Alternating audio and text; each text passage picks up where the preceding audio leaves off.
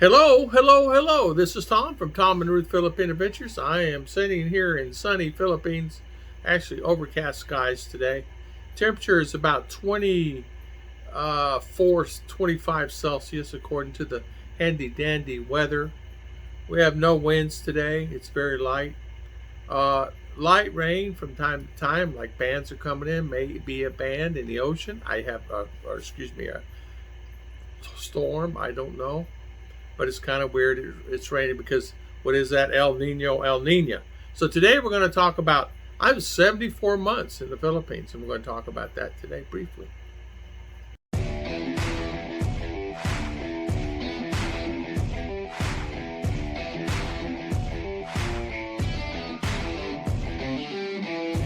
It's really hard to believe 74 months. I was actually going to do a video outside.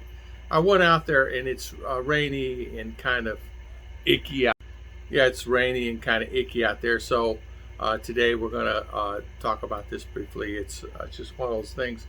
So it's always pretty noisy out there. But I've been here 74 months. Some of the things that I've seen since I've been here in the 73 months. It will be 74. How is it? How has it been here in the Philippines for the 74 months? It's been good and fantastic. It's actually been, excuse me, I hate the phone. It's been actually pleasurable. Not really complaints. The COVID really affected all of us. It affected a lot of things. A lot of things that we normally could do, we couldn't do. Normally we could go somewhere, we could not go. And honestly, about a year, I don't think I left the house for a year. Maybe a little longer than that because you could not. In other words, elderly was not allowed out. And would they ticket you? They would ticket you. But it's something, unless you absolutely had to go somewhere, like you had to go to the BI, you had to have a letter saying that that's what you're going for. So it was really a tough time during that time. So the changes I've seen is increasing in the roads and the construction considerably. They build, plan, spend, worry about it later. So they're under that right now. There's more cars on the road than I've ever seen before ever. It seems like everybody's buying a car, getting a car, however they're getting it. I have no idea. A lot of them have these deals going on. You put 20,000 peso down and then you put up your house and your land and you can get a car. I've seen bicycles. I never saw a bicycle before in my life. The first bicycle I saw was 2 years ago, and I've been here 6. I've never seen bicycles anywhere in the Philippines. No matter where I went, Manila, Cebu, Davao, wherever I've been, I've never seen a bicycle. CDO, there's not been one. Until the last 2 years, now kids are starting to get bicycles, and there are bicycles here. I don't know where they were at. Nobody was riding them. There was nobody riding them. There's more cars. And there's more people driving more and more than ever before. The thing that I noticed here since I've been here is the electric. When I first came here, was never off. I think we may have had a few brownouts in 2 years that we lived on the other side of town. I might have had 2, 3, 4 brownouts in 2 years if I'm lucky. No brownouts, never had any brownouts. Now we're having them every day, sometimes 2 or 3 times a day. So that's telling me that more people's getting on the grid. The structure of the grid is probably at its limit. They're trying to expand. There's not really a lot of plants here that supply power. There's one dam here. So as the supply grows, the demand is really getting really busy, and it's really a lot of power being used. More and more big businesses are being built, and what I mean by that is the malls. We've got malls. We're coming a new mall coming here. We're getting a new airport. Well, who's going to supply all the power for that? So as you can see, the grid's growing. It's getting bigger and bigger and bigger and bigger. And what happened? I see all new businesses. I mean, we have actually stores at the end of our street, and I hate to see their power bills because they got 3 big freezers in there, not counting stand-up coolers that are on 24/7, 7 days a week. And the stand-up coolers will burn a lot. I've been through that myself, being in the store business.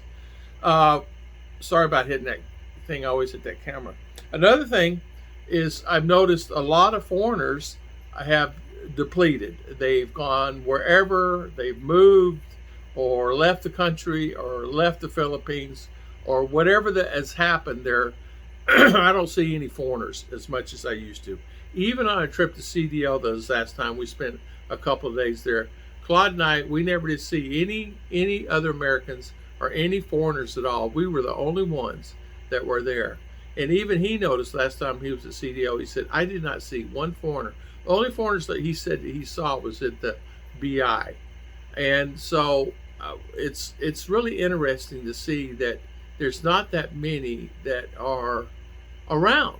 Even in the town, I used to see all the time. I mean, there was 20, 25 of us here. Now there's 2, 3. Wherever they went, some passed, all right, don't get me wrong. Quite a few moved back and just gone. And the rest moved away to another island or something. I mean, they've gone back to the States. And the reasons they go back to the States are different reasons. Some have reasons of food. Some say, can't get the good quality food anymore. Some are saying it's a lot too many restrictions now. And there's just a lot of different reasons for that. But we since I've been here, though, I have noticed that the internet's gotten worse. I never had any problems before having internet the first 2 years I was here, maybe 3 years. Now the internet is constantly down. As you know, we got rid of PLDT, so our heartache is gone. So the company we have now, knock on wood, it's up and running, and it has its issues, but it's not down no more than an hour to 2 hours, and where before the other one was down. The unique thing about this guy is that he can switch between Globe and PLDT and the cable companies. He'll find a source. He has his own servers. He has his own towers. He has everything. And he's set up only locally here. But he figures out a way to take care of his customers. That's what I like about him. And his business is growing so fast that he can't keep up with the need. And so that creates another issue, as you know, is support on what you have. So I made it clear to him, never give up on the ones that got you started. Because if you do that, you're going to lose it. And that's from my experience in my past also. 73 months in the Philippines. And Ruth and I, we've been out here for three years, maybe. 3 of those years, I'm guessing those numbers. And this area has grown considerably. As you know, we're getting a paved road over there. It's concrete road over there. And they're adding on roads, they're cutting through them, adding roads. And a lot of things in a positive way have been happening. I mean, the best of their abilities here, it's what else can you do? And they're doing the very best they can do. They can't help that there's no rice that's available at the market. Even though there is rice, the prices increase so much. We buy Vietnam rice. We buy the rice as Vietnam. It's better tasting, better quality. And it's not that bad in price. It's not that much more than rice here in the Philippines. But really, I think they said the other day on the news that 60% of the rice is shipped in here now. So they can't support it. So listen to this. It's not their fault. The families are growing. The families have increased. I mean, 3 years go by, you can add 10 new members to your family. I know since I've been here, our family's increased, I don't know, a lot, because of the babies being born and new members arriving in the family.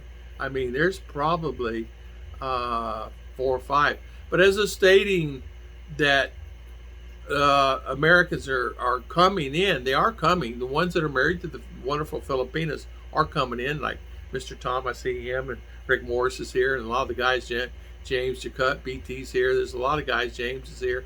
There's a lot of guys that are here that just arrived and been arriving, that will arrive and visit and come back. So it's a good thing. But I want to talk about time flies. 73 months in the Philippines. Wow, I would have never thought I'd been here 73 months. I thought about it yesterday. I said, I wonder how long I've been here. So 73 months. And yesterday, it was the camera. I do have eye bags, but a lot of that yesterday looked like I had black eyes because of the way the camera was shining. It's hereditary what I have here. It's my mom and dad both had it. It's high bags. And when I'm not feeling well or I'm sick, it gets dark like a black eye. Don't know why. Who knows? I want to thank everybody for watching our videos. I want to thank everybody for always coming on our channel. And thank you so much for spending your valuable time with us today. God bless everybody.